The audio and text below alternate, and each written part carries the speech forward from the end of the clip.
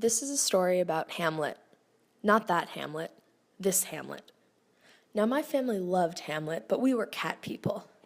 One Sunday in November, when I was about 7 years old, my parents, brother, and I went to the museums at Balboa Park. It was a hot day, and the Santa Ana winds were in full swing, and Hamlet had been a really good dog, so we let him stay inside. That morning, my mom had made a pumpkin pie, and before we left, she put it on the counter to cool down. I remember her saying she made it extra sweet just for me.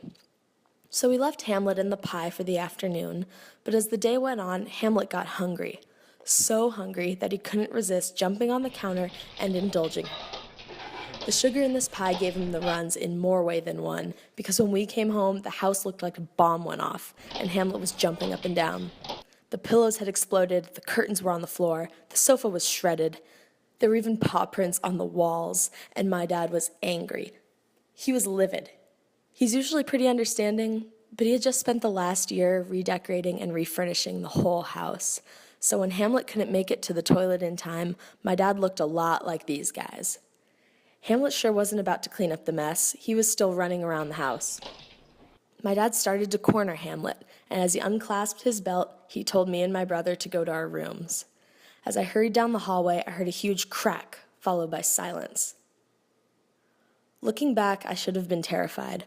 Poor Hamlet just caught the tail end of my dad's belt. I should have had his back like any other loving dog owner. I'm just a little puppy. I ain't done nothing wrong. I'm just a puppy. But remember, we were cat people. So while we loved the idea of dogs, we weren't about to slap one of those "I heart my dog" stickers on our car. Later that night, I saw Hamlet a few times, moseying about the house. He was pretty solemn, but I figured he'd return to his happy-go-lucky self by tomorrow. So I went to bed without a worry. The next day I went to school, but when I got home, Hamlet was gone. I was curious, but not too worried about him, especially when my mom told me that his long-lost family came and took him back to his real home. Knowing that Hamlet was back with his brothers and sisters, I was content. And now, when I look back, I know that my dad took Hamlet to the animal shelter, but I'm sure he found a loving home where he never ate pumpkin pie again.